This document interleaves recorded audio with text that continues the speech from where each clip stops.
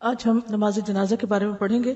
کسی نے ایک چھوٹا سا واقعہ لکھا ہے کہ ایک پی ایچ ڈی ڈاکٹر صاحب کے والد کا انتقال ہوا تو انہوں نے ایک عالم دین سے کہا کہ آپ نے نماز جنازہ پڑھانا ہے۔ جنازے کے بعد اس ڈاکٹر نے زار و قطار رونا شروع کر دیا۔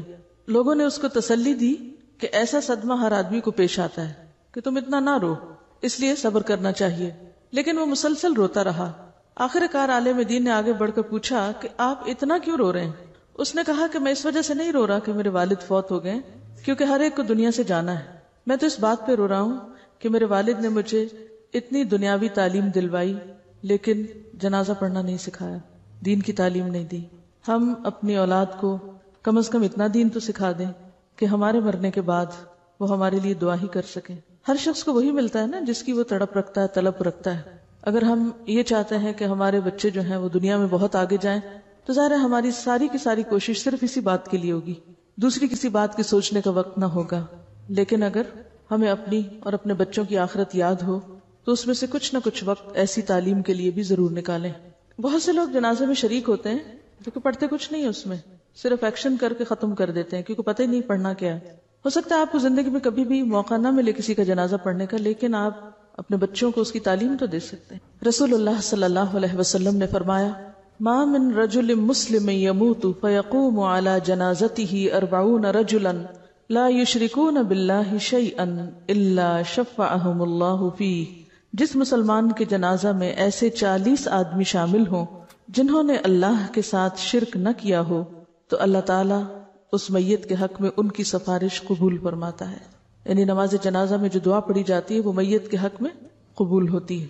نماز جنازہ پڑھنے کے لیے میت کی چارپائی اس طرح رکھیں کہ میت کا سر شمال کی سمت اور پاؤں جنوب کی جانب ہوں، پھر باوضو ہو کر صفیں باندھیں۔ میت اگر مرد ہے تو امام اس کے سر کے سامنے کھڑا ہو اور اگر عورت ہے تو اس کے درمیان کھڑا ہو۔ یعنی چارپائی رکھنے کا بھی ایک خاص طریقہ ہے اور کھڑے ہونے کا بھی، عورت کے لیے درمیان میں اور مرد کے لیے سر کی طرف۔ فرق کیوں رکھا گیا؟ کھڑا ہی ہونا نا، کہیں بھی کھڑے ہو سکتے ہیں، کیوں؟ امام کے کھڑے ہونے سے پتہ چل جائے گا کہ جنازہ کس کا ہے۔ بعض اوقات ایسا بھی ہوتا ہے نا کہ کچھ لوگ راہ چلتے ہی شریک ہو جاتے ہیں۔ اب جب فرق ہوگا تو پھر قدرتی طور پر دعا کا جو صیغہ ہے وہ بھی فرق ہو جائے گا مذکر اور مؤنث میں۔ پھر دل میں نیت کر کے دونوں ہاتھ کندھوں یا کانوں تک اٹھائیں اور پہلی تکبیر کہہ کر سورۃ فاتحہ پڑھیں۔ جنازے میں سورۃ فاتحہ۔ ابو امامہ بن سہل سے روایت ہے کہ نماز جنازہ میں سنت طریقہ یہ ہے کہ پہلے تکبیر کہی جائے، پھر فاتحہ پڑھی جائے، پھر نبی صلی اللہ علیہ وسلم پر درود اور میت کے لیے دعا کی جائے، اس کے بعد سلام پھیرا جائے۔ طلحہ بن عبداللہ بن عوف کہتے ہیں کہ میں نے ابن عباس کے پیچھے نماز جنازہ پڑھی تو آپ نے سورۃ فاتحہ پڑھی اور فرمایا، میں نے یہ اس لیے کیا ہے تاکہ تم جان لو کہ یہ سنت ہے۔ طلحہ بن عبداللہ کی ایک روایت میں فاتحہ کے بعد دوسری سورت پڑھنے کا بھی ذکر ہے۔ معلوم ہوا تکبیر اولیٰ کے بعد سورۃ فاتحہ کا پڑھنا سنت ہے۔ سورۃ فاتحہ اور دوسری سورت پڑھ کر امام کو دوسری تکبیر کہنی چاہیے، پھر نماز والا درود شریف پڑھیں، اس کے بعد تیسری تکبیر کہہ کر ان دعاؤں میں سے کوئی دعا پڑھیں۔ تو کس طرح ہوا؟ پہلی دفعہ اللہ اکبر کہہ کے سورۃ فاتحہ اور دوسری سورت پڑھ کر پھر اللہ اکبر کہہ کے درود شریف، پھر اللہ اکبر کہہ کے دعائے جنازہ۔ ٹھیک ہے، پہلی دعا، اللہم اغفر لحینا ومیتنا وصغیرنا وکبیرنا وذکرنا وانثانا وشاہدنا وغائبنا اللہم من احییتہ منا فأحیہ علی الایمان ومن توفیتہ منا فتوفہ علی الاسلام اللہم لا تحرمنا اجرہ ولا تضلنا بعدہ۔ اے اللہ، ہمارے زندہ اور مردے کو، چھوٹے اور بڑے کو، مرد اور عورت کو، حاضر اور غائب کو بخش دے۔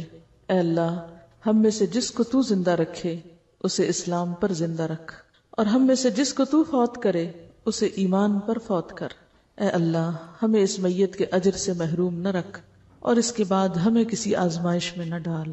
دوسری دعا، اللہم اغفر لہ وارحمہ وعافہ واعف عنہ واکرم نزلہ ووسع مدخلہ واغسلہ بالماء والثلج والبرد ونقہ من الخطایا كما نقيت الثوب الأبيض من الدنس وأبدله دارا خيرا من داره وأهلا خيرا من أهله وزوجا خيرا من زوجه وأدخله الجنة وأعذه من عذاب القبر وقہ فتنۃ القبر وعذاب النار۔ الہی اسے معاف فرما، اس پر رحم فرما، اسے عافیت میں رکھ، اس سے درگزر فرما، اس کی بہترین مہمانی فرما، اس کی قبر فراخ فرما، اس کے گناہ پانی، اولوں اور برف سے دھو ڈال، اسے گناہوں سے اس طرح صاف کر دے جیسے تو سفید کپڑے کو میل سے صاف کرتا ہے، اسے اس کے دنیا والے گھر سے بہتر گھر، دنیا کے لوگوں سے بہتر لوگ اور اس کی بیوی سے بہتر جوڑا عطا فرما، اسے بہشت میں داخل فرما اور فتنہ قبر، عذاب قبر اور عذاب جہنم سے بچا۔ تیسری دعا، اللہم ان فلان ابن فلان فی ذمتک وحبل جوارک فقہ من فتنة القبر وعذاب النار وانت اہل الوفاء والحمد اللہم فاغفر له وارحمہ انک انت الغفور الرحیم۔ الہی یہ فلاں بن فلاں تیرے ذمے اور تیری رحمت کے سائے میں ہے، اسے فتنہ قبر، عذاب قبر اور آگ کے عذاب سے بچا، تو اپنے وعدے وفا کرنے والا اور لائق تعریف ہے۔ الہی اسے معاف فرما دے اور اس پر رحم فرما، بلا شبہ تو بخشنے اور رحم کرنے والا ہے۔ چوتھی دعا، اللہم عبدک وابن امتک احتاج الی رحمتک وانت غنی عن عذابہ ان کان محسنا فزد فی حسناتہ وان کان مسیئا فتجاوز عنہ۔ الہی تیرا یہ بندہ، تیری بندی کا بیٹا تیری رحمت کا محتاج ہے، تو اسے عذاب نہ دے تو تجھے کیا پرواہ، اگر یہ نیک تھا تو اس کی نیکیوں میں اضافہ فرما، اور اگر گناہ گار تھا تو اسے معاف فرما دے۔ جب کہیں ڈیتھ ہو یہ دعائیں پرنٹ کر کے کاپی کر کے لوگوں کو دی جانی چاہیے، وہاں بیٹھ کے لوگ گپ شپ کرتے ہیں یا اپنا اپنا قرآن پڑھ کے چلے جاتے ہیں، اور جو مردے کو ضرورت ہوتی ہے اس کی طرف کوئی توجہ ہی نہیں کرتا۔ جنازے کے مسائل، رسول اللہ صلی اللہ علیہ وسلم نے فرمایا، جو مومن ثواب کی نیت سے کسی مسلمان کے جنازے کے ساتھ جاتا ہے، اس کے ساتھ رہتا ہے، اس کا جنازہ پڑھتا ہے اور اس کو دفن کر کے فارغ ہوتا ہے، تو اس کے لیے 2 قرات ثواب ہے، ہر قرات احد پہاڑ کے برابر ہے، اور جو صرف جنازہ پڑھ کر واپس آ جاتا ہے تو اس کے لیے 1 قرات ہے۔ رسول اللہ صلی اللہ علیہ وسلم نے فرمایا، میت کو جلد دفن کرو، اگر وہ نیک ہے تو جس طرف تم اسے بھیج رہے ہو وہ اس کے لیے فائدہ مند ہے، اور اگر وہ برا ہے تو اس کو اپنی گردنوں سے اتار دو گے۔ سنت یہ ہے کہ نماز جنازہ میں سورۃ فاتحہ اور دعائیں آہستہ پڑھی جائیں۔ حضرت عبداللہ بن عباس نے جنازہ میں تعلیماً فاتحہ بلند آواز سے پڑھی۔ تعلیماً کا کیا معنی ہے؟ سکھانے کے لیے، جیسے صلاۃ التسبیح اگر کبھی اونچی پڑھ دی جائے تاکہ لوگوں کو اگر وہ کلمہ نہیں آتا تو سن سن کے یاد کر لیں، تو صحابہ کرام کے طرز عمل سے اس کی رخصت موجود ہے۔ اس کو روٹین نہیں بنانا چاہیے، لیکن ایک غرض کے فرق ہونے سے طریقے میں کچھ نہ کچھ فرق کیا جا سکتا ہے، اور اگر وہ خاص طور پر صحابی سے ثابت ہو۔ لہٰذا نماز جنازہ میں امام تعلیماً اونچی آواز سے قرات کر سکتا ہے، کیونکہ بہت سے لوگ ایسے جنازے میں آج شریک ہوتے ہیں نا جن کو پتہ ہی نہیں ہوتا کہ اب پڑھنا کیا ہے۔ یہاں نیچے حاشیہ دیکھیے 4 نمبر، تعلیم کے علاوہ مطلقاً جائز ہونے کی بنا پر بھی بلند آواز سے جنازہ پڑھایا جا سکتا ہے۔ چنانچہ عوف بن مالک فرماتے ہیں، نبی صلی اللہ علیہ وسلم نے نماز جنازہ میں ایک دعا پڑھی جو میں نے یاد کر لی، اور میں نے تمنا کی کہ کاش یہ میرا جنازہ ہوتا، یعنی اتنی اچھی دعا ہوئی اس کے لیے۔ نبی صلی اللہ علیہ وسلم نے فرمایا، جب تم جنازہ دیکھو تو کھڑے ہو جاؤ، جو شخص جنازے کے ساتھ جائے اس وقت تک نہ بیٹھے جب تک جنازہ نہ رکھا جائے۔ نبی صلی اللہ علیہ وسلم نے شہداء کو خون سمیت دفنانے کا حکم دیا، نہ ان پہ نماز جنازہ پڑھی نہ ان کو غسل دیا۔ حضرت ابو ہریرہ رضی اللہ عنہ نے نماز جنازہ کی 4 تکبیریں روایت کی۔ حضرت زید بن ارقم رضی اللہ عنہ نماز جنازہ پر 4 تکبیرات کہتے، ایک جنازے پر انہوں نے 5 تکبیرات کہیں، اور فرمایا رسول اللہ صلی اللہ علیہ وسلم اس طرح بھی کرتے تھے، یعنی اس کی بھی گنجائش ہے۔ رسول اللہ صلی اللہ علیہ وسلم نے سہیل رضی اللہ عنہ اور ان کے بھائی کی نماز جنازہ مسجد میں پڑھائی، تو اس سے کیا پتہ چلتا ہے مسجد میں بھی جنازہ پڑھایا جا سکتا ہے۔ صدیق اکبر کی نماز جنازہ بھی مسجد میں پڑھی گئی۔ فاروق اعظم کی نماز جنازہ حضرت صہیب نے مسجد میں پڑھائی۔ رسول اللہ صلی اللہ علیہ وسلم نے فرمایا، 4 مسلمان جس مسلمان کی تعریف کریں اور اچھی شہادت دیں، اللہ اس کو جنت میں داخل کرے گا۔ ہم نے عرض کیا اور 3؟ آپ نے فرمایا 3 بھی۔ ہم نے عرض کیا اور 2؟ آپ نے فرمایا 2 بھی۔ لیکن ایک بات یاد رکھیے کہ کسی کی تعریف کرنا ہو یا تنقید، دونوں میں سچائی ہونی چاہیے۔ جھوٹی تعریفوں سے کچھ فائدہ نہیں، یعنی اگر کوئی کسی کی تعریف کرے بھی اور اس میں کوئی سچائی نہ ہو تو اللہ کو تو پتہ ہے، اس لیے اس حدیث کو پڑھ کر یہ غلط فہمی نہ ہو کہ یہ تعریف کو ایک منوپلی ہے کہ کچھ لوگ مل جل کے کہیں کہ ٹھیک ہے، کسی کو کوئی رشوت دے کے مر جائے کہ دیکھو میرے بات تم، چاہے میں غلط ہوں مگر میری تعریفیں کرنا تاکہ فرشتے لکھ لیں. تو جو شخص جس تعریف کا مستحق نہ ہو تو وہ تعریف اس کو فائدہ بھی نہیں دیتی. اور یہ بھی یاد رکھیے کہ اگر آپ کا دل دوسروں کے لیے کھلا ہوگا، آپ دوسرے کی خوبی بیان کریں گے تو وہ بھی آپ ہی کے حق میں اچھا ہے. اور اگر آپ دوسروں کے عیب ہی چنتے رہے تو پھر اللہ تعالیٰ ایسے لوگ مقرر کر دے گا جو آپ کے عیب ہی چنتے رہیں گے. حضرت عثمان بن مظعون جو تھے، ام العلا انصاریہ جن کے گھر میں انہوں نے وفات پائی، وہ فرماتی ہیں کہ جب تجہیز و تکفین کے بعد جنازہ تیار ہوا تو آن حضرت صلی اللہ علیہ وسلم تشریف لائے. میں نے کہا ابو الصائب تم پر خدا کی رحمت ہو، میں گواہی دیتی ہوں کہ خدا نے تم کو معزز کیا. میں اس بات پہ گواہ ہوں کہ خدا نے تمہیں بہت عزت بخشی ہے. ارشاد ہوا تمہیں کس طرح معلوم ہوا کہ خدا نے انہیں معزز کیا؟ میں نے عرض کی کہ میرا ماں باپ آپ پہ فدا ہو یا رسول اللہ، پھر خدا کس کو معزز کرے گا اگر عثمان بن مظعون کو نہیں؟ فرمایا عثمان کو درجہ یقین حاصل تھا اور میں اس کے لیے بہتری کی امید رکھتا ہوں، لیکن خدا کی قسم میں رسول خدا ہو کر بھی نہیں جانتا کہ میرا انجام کیا ہوگا. اور اس غلطی کا ہم میں سے بہت سے لوگ شکار ہیں. جب کوئی فوت ہو جائے تو اس کے لیے تعریف میں ایسے ایسے لفظ بعض اوقات مبالغہ آرائی کے استعمال کرتے ہیں کہ جو زیب نہیں دیتے. مثلا ایک جملہ آپ نے سنا ہوگا، میرے والد جنتی یہ فرمایا کرتے تھے. یہ لفظ مجھے کئی دفعہ سننے کا اتفاق ہوا ہے، میرے والد جنتی. کس نے کہا وہ جنتی ہیں؟ کس نے کہا؟ آپ یہ تو کہہ سکتے مجھے امید ہے، لیکن کسی کے بارے میں یہ کہنا کہ تم جنتی ہو یا فلاں جنتی ہو یا ایسی تعریف کرنا، اللہ کے رسول صلی اللہ علیہ وسلم نے اس سے منع فرمایا ہے. جہاں ایک طرف تعریف جو ہے وہ بخشش کا ذریعہ ہے مردے کی، وہاں جھوٹی تعریف آپ کی پکڑ کا ذریعہ ہے. آپ غیب دانی کا دعویٰ کر رہے ہیں، تو الفاظ کے استعمال میں بہت محتاط ہونے کی ضرورت ہے. اور آپ کو معلوم ہے کہ یہ ان عثمان کے بارے میں آپ کہہ رہے ہیں کہ آپ کو ان کی وفات کا اتنا شدید غم تھا کہ آپ نے 3 دفعہ جھک کر ان کی پیشانی کو بوسہ دیا، یعنی ڈیڈ باڈی کی پیشانی کو 3 دفعہ جھک کے بوسہ دیا، اور اتنا روئے آپ کہ آپ کے آنسوں سے ان کا چہرہ تر ہو گیا. اور آپ نے فرمایا کہ ابو صاحب میں تم سے جدا ہوتا ہوں، تم دنیا سے اس طرح نکل گئے کہ تمہارا دامن ذرا بھی اس سے ملوث نہ ہوا، یعنی تمہارے اندر کوئی دنیا کی محبت نہ تھی. لیکن جب انہی کے بارے میں یہ کہا گیا کہ یہ جنتی ہیں تو آپ وہاں خاموش نہیں رہے. آپ نے کہا تمہیں کیسے پتا چلا؟ مجھے تو اپنے بارے میں نہیں پتا. اور پھر آپ نے خود ان کی جنازہ کی نماز پڑھائی، قبر کے کنارے کھڑے ہو کر اہتمام سے دفن کرایا اور بہت ہی ان کی قدردانی کی، لیکن ناروا تعریف نہیں. اعتدال کا دامن تھامنا سب سے مشکل کام ہے دنیا میں، سب سے مشکل کام ہے دنیا میں اعتدال سے رہنا. ہم جب کسی کی تعریف کرنے لگتے ہیں تو کیا کرتے ہیں؟ اس میں مبالغہ آرائی، جھوٹ، غلط بیانی، جس کا وہ مستحق نہیں وہ بھی باتیں کہ کیا پتا اس سے اس کی بخشش ہو جائے، لہٰذا کہہ دو جو کہنا ہے، چاہے دل کچھ کہہ رہا اور زبان کچھ اور. آپ نے عام طور پہ دیکھا ہوگا جب کوئی فوت ہوتا ہے تو لوگ جھوٹی سچی تعریفیں شروع کر دیتے ہیں، چاہے وہ ڈیزرو کرتا ہو یا نہ کرتا ہو، شاید یہی سوچ کے کہ چلو اس سے اس کی بخشش ہو جائے گی. اسی طرح کسی سے اختلاف ہو تو اس موقع پر دامن تھام کے، دل تھام کے انصاف کی بات کرنا، یہ بھی دیکھنے میں نہیں آتا. کسی کی ایک غلطی دیکھ کر اس کو پورے کا پورا کنڈم کر دیا جاتا ہے، کسی کی ایک خوبی دیکھ کر اس کو جنرلائز کر کے اس کی ساری خامیوں پہ پردہ ڈال دیا جاتا ہے. آپ نے کیا پڑھا فقہ اسلامی میں؟ کیا طریقہ تھا ہمارے سلف کا؟ کیا کیا کرتے تھے؟ کس طرح رہتے تھے وہ؟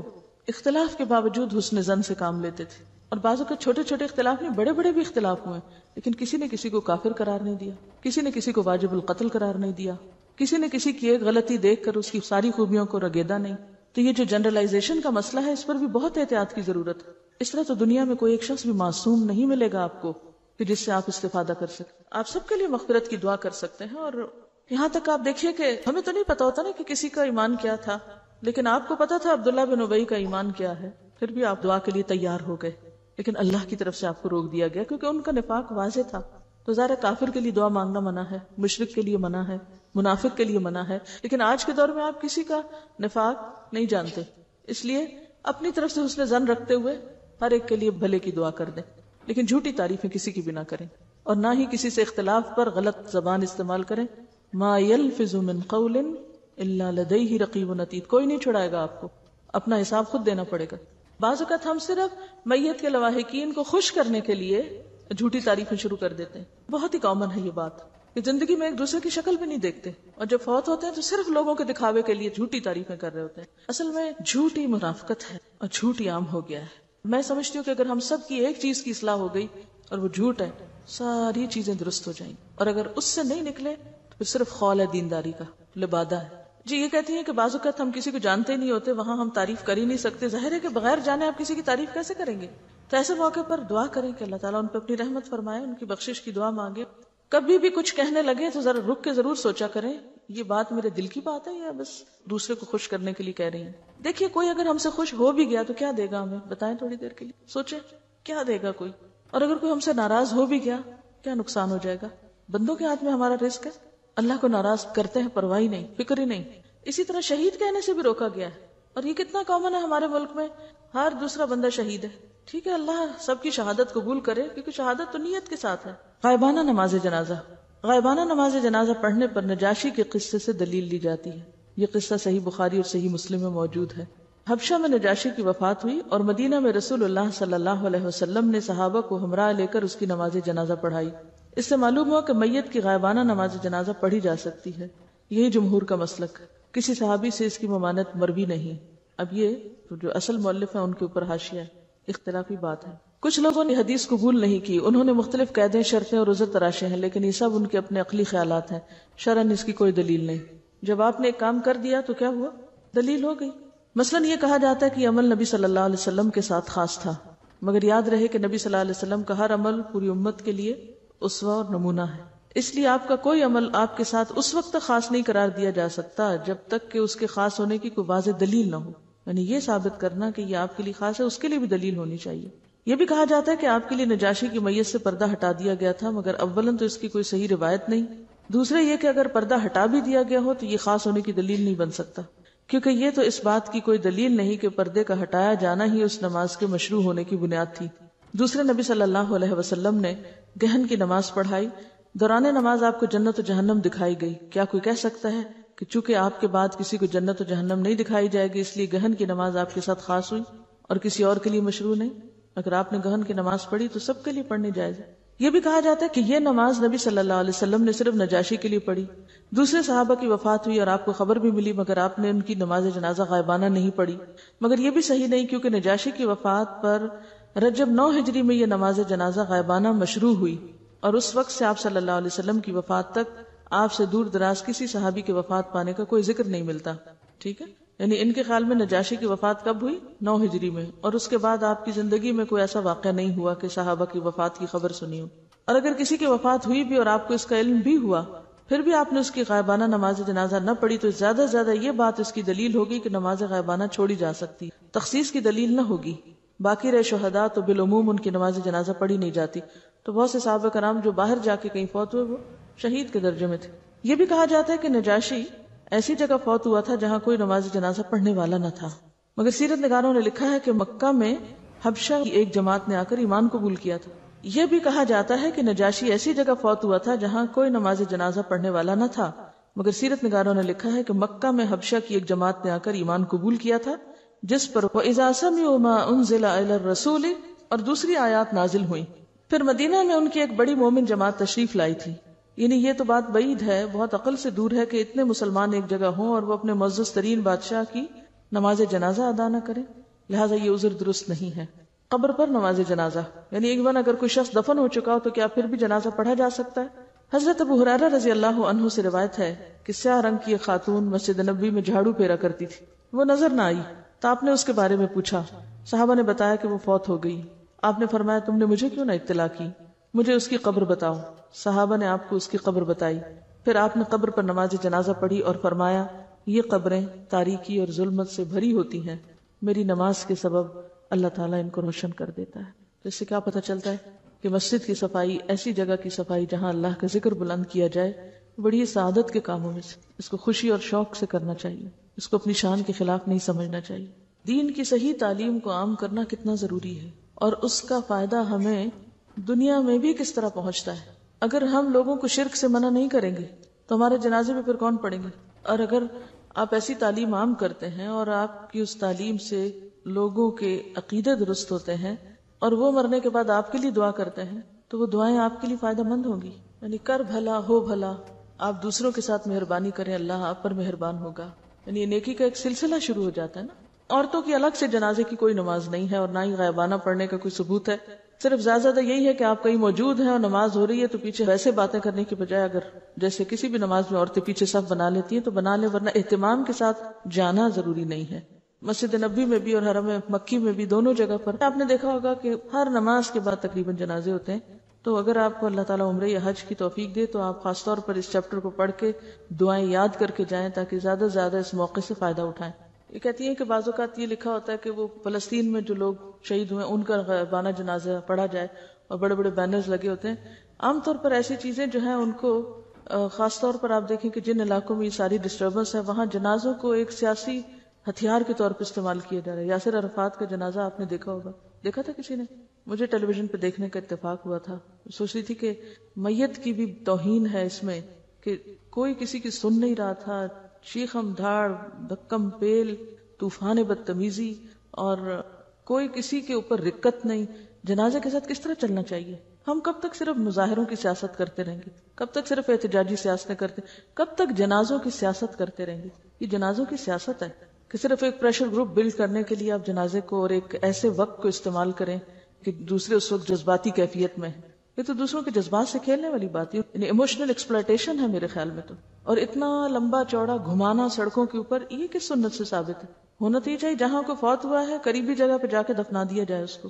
مسلمانوں کی تربیت کو معلوم نہیں کیا ہو گیا، کسی نان مسلم کنٹری میں آپ دیکھیں معذتوں کے جنازہ یا اور لوگوں کے، پھر آپ کہیں گے تو چائنیز کو تعریفیں کرتی ہیں اور صرف مسلمانوں کی ان کو تحقیر کرنی آتی، کیونکہ ہم اپنی غلطی ماننے کو جو تیار نہیں، صرف ایک فخر کی نفسیات میں مبتلا ہیں کہ ہم سب سے اچھے لوگ ہیں، چاہے ہم ہر کام سنت کے خلاف کر رہے ہوں۔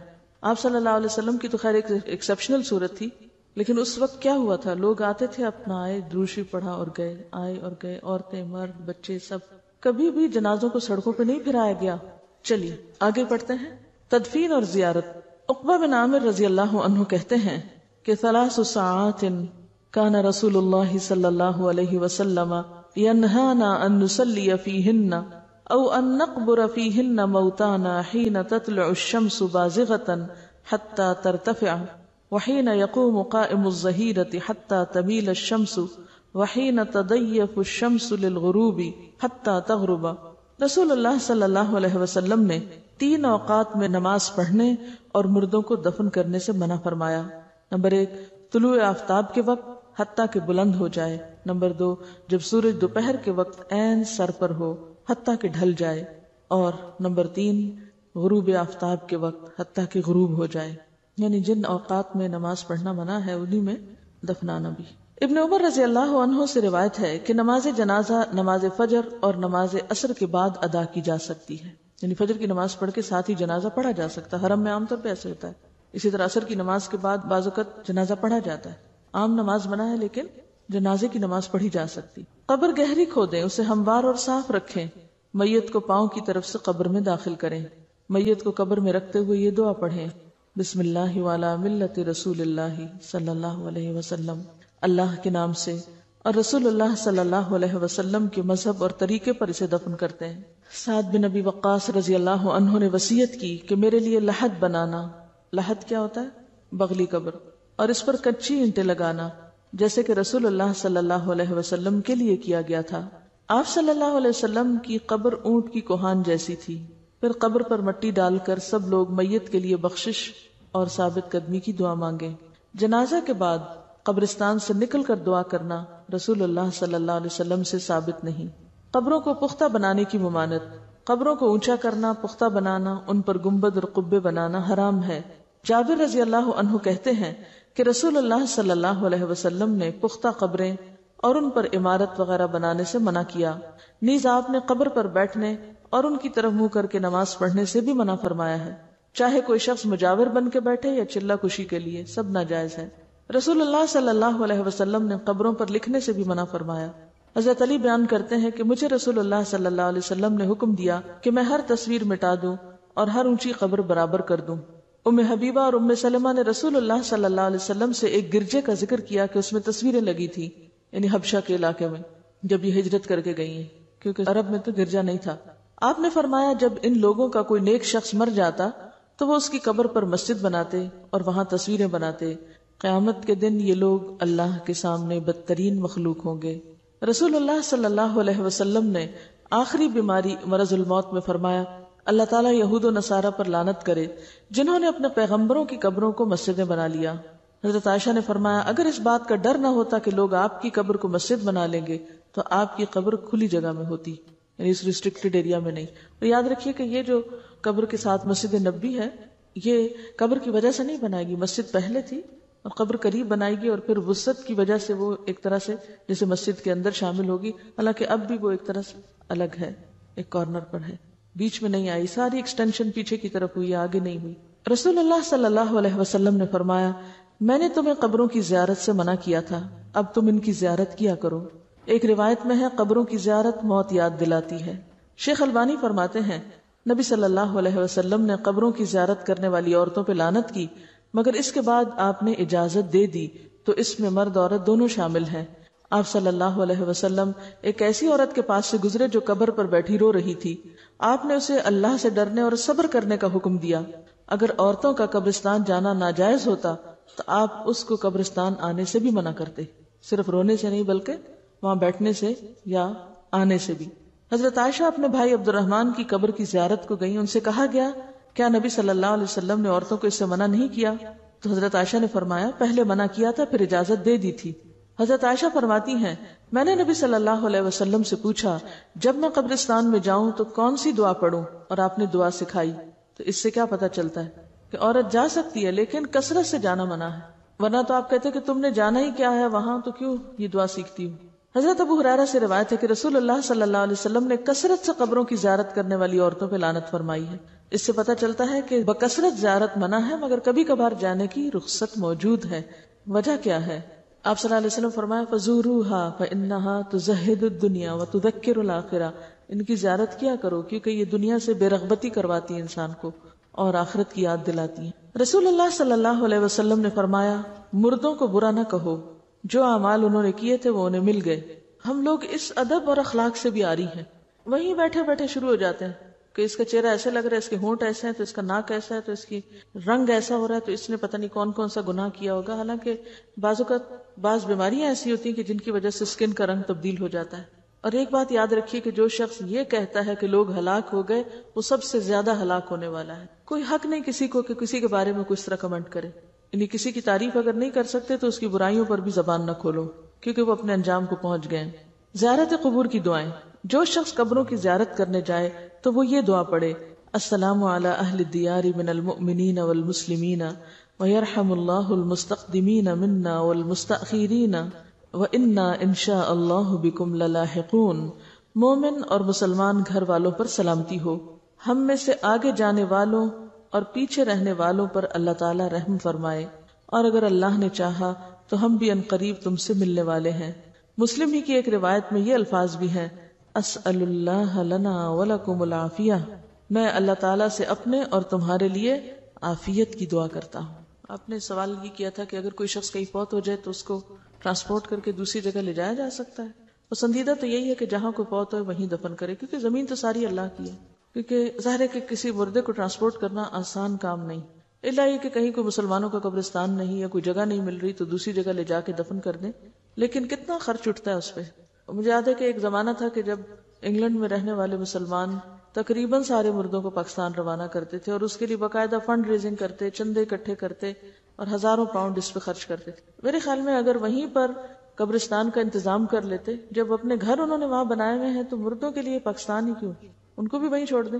اسی پیسے سے اگر ہر کوئی اپنے اس مردے کے نام پہ ایک ایک اسکول اپنے گاؤں میں بنوا دیتا تو کتنے بچوں کی تعلیم کا انتظام ہو جاتا اور اس مردے کے لیے بھی صدقہ جاریہ ہوتا۔ ہم بعض اوقات غیر ضروری جگہوں پر مال خرچ کرتے ہیں، حالانکہ اس سے بہتر مقامات اور مواقع موجود ہوتے ہیں جن پہ اگر تھوڑا سا غیر جذباتی ہو کے سوچا جائے تو بہت فائدہ ہو سکتا ہے۔ جیسے اگر ایک مردے کے اوپر 1000 پاؤنڈ بھی خرچ آئے، مجھے نہیں معلوم آج کل کتنا ٹکٹ ہے مردے کے لیے، کیونکہ وہ ایک سواری کا نہیں، ویسا 2 یا 3 کے برابر ٹکٹ ہوتا ہے، اس کو ویسے بھی وہ لگیج میں ڈال کے بھیجتے ہیں، اندر جہاز میں اوپر تھوڑی رکھتے ہیں۔ تو کرامت کے بھی خلاف بات بنتی ہے نا، ایک شخص جو فوت ہو چکا ہے اب اس نے جانا زمین میں ہی ہے، وہاں اس زمین میں ڈالنے کے لیے کسی اور زمین میں آپ اس کو بھیج رہے ہیں، اور پھر اس سے حاصل کیا ہوگا؟ یعنی صرف دوسروں کی تسلی کے لیے، اور پھر اس پہ کتنے کتنے دن گھروں میں، وہ تو ایک خرچہ ہے نا کہ ٹکٹ آپ کو وہاں سے لینا پڑے گا، اس کے لیے 1000 پاؤنڈ اگر لگتا ہے تو آج کل 1000 پاؤنڈ جو ہے وہ تقریباً میرے خیال ہے لاکھ کے برابر ہے، یہ زیادہ ہے، میرے خیال ہے 1,14,000 یا 20 کچھ اس طرح بنے گا۔ اب اتنے پیسوں میں آپ کسی ایک گاؤں میں 2 کمروں کا اسکول بنا سکتے ہیں. اچھا پھر انتظار میں جو وقت گزرتا ہے، 8 دن بعد میت آ رہی ہے، 8 دن گھر میں مجلس قائم ہے، سب لوگ کام کاج چھوڑ پتہ نہیں کہاں سے اکٹھے ہو رہے ہیں، اور پھر اس پر جو کھانے پینے کا خرچ چلتا ہے، لوگ قرضہ اٹھا کے آنے والوں کی خاطرداری کر رہے ہوتے ہیں، وہ سارا اگر ملایا جائے تو اس سے کہیں بہتر کام ہو سکتے ہیں. اور جانے والے کے لیے دعا کر کے صبر کیا جائے، کیونکہ تھوڑے دن ہیں ہمارے بھی، وہیں جا بیٹھیں گے ہم بھی. تو جب ہمارے سامنے مقاصد واضح نہیں ہوتے تو پھر ہم اپنے جذبات، اپنی تسلی، اپنے سکون اور اپنی خواہش پوری کرنے کے لیے بلا ضرورت اس طرح کی تکلیف کرتے ہیں.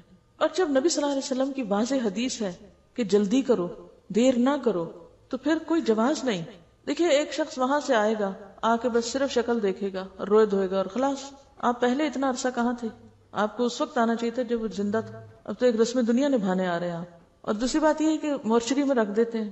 آپ کو کوئی مورچری دیکھنے کا اتفاق ہوا؟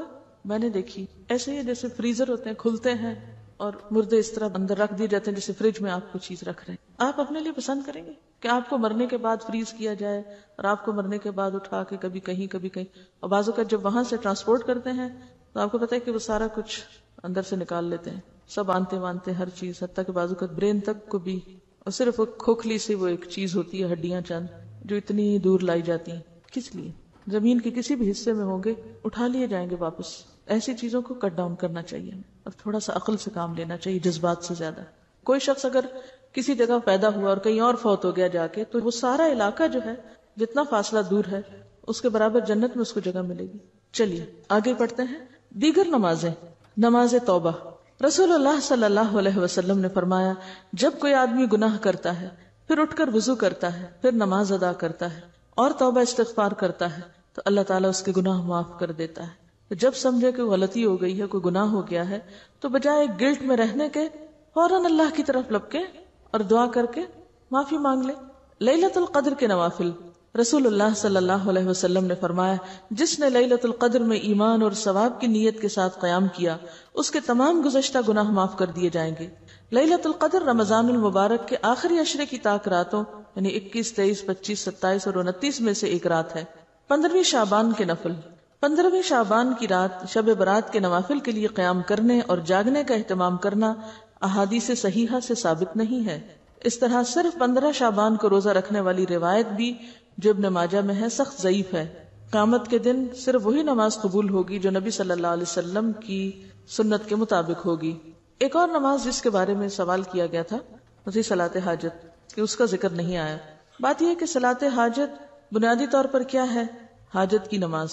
حاجت کی نماز سے مراد کیا ہے کہ جب آپ کو کوئی ضرورت پیش آئے، جیسے حدیث میں آتا ہے آپ صلی اللہ علیہ وسلم کو جب بھی کوئی مشکل پیش آتی تو آپ فوراً نماز کی طرف لپکتے، جیسے قرآن میں بھی آتا ہے وَاسْتَعِینُوا بِالصَّبْرِ وَالصَّلَاةِ، صبر اور نماز کے ساتھ مدد لو.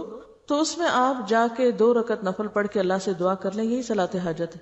وہ جو دعا ہے اس کے بارے میں بعض لوگوں کا خیال ہے کہ اس کی سند ضعیف ہے، لیکن بحیثیت دعا کے یعنی بحیثیت دعا اس میں کوئی کمی بیشی نہیں ہے. اگر آپ یہ نہ سمجھیں کہ یہ نبی صلی اللہ علیہ وسلم سے ثابت ہے، اور ویسے دعاؤں میں بحیثیت دعا کے اس کو پڑھ لیں جیسے آپ اپنی اردو پنجابی کی دعائیں مانگتے ہیں، تو اس طرح تو کوئی حرج نہیں. لیکن یہ سوچنا کہ یہ چیز نبی صلی اللہ علیہ وسلم سے اسی طریقے کے ساتھ ثابت ہے تو ایسا نہیں ہے، کیونکہ روایت میں ذوف ہے، اس لیے اس مخصوص طریقے کی پابندی لازم نہیں، یعنی اس مخصوص طریقے کی پابندی نہیں کرنی چاہیے. لیکن 2 رکعت نماز پڑھنے سے کوئی چیز آپ کو نہیں روکتی. آپ کو جب بھی کوئی حاجت ہو آپ اس وقت 2 رکعت نماز پڑھ سکتے ہیں، یہی صلاۃ حاجت ہے. ٹھیک ہے، چلیے کام تمام. تو الحمدللہ آپ کی کتاب مکمل ہوئی. وآخر دعوانا ان الحمد للہ رب العالمین. سبحانک اللہم وبحمدک نشہد ان لا الہ الا انت نستغفرک ونتوب الیک. السلام علیکم ورحمۃ اللہ وبرکاتہ.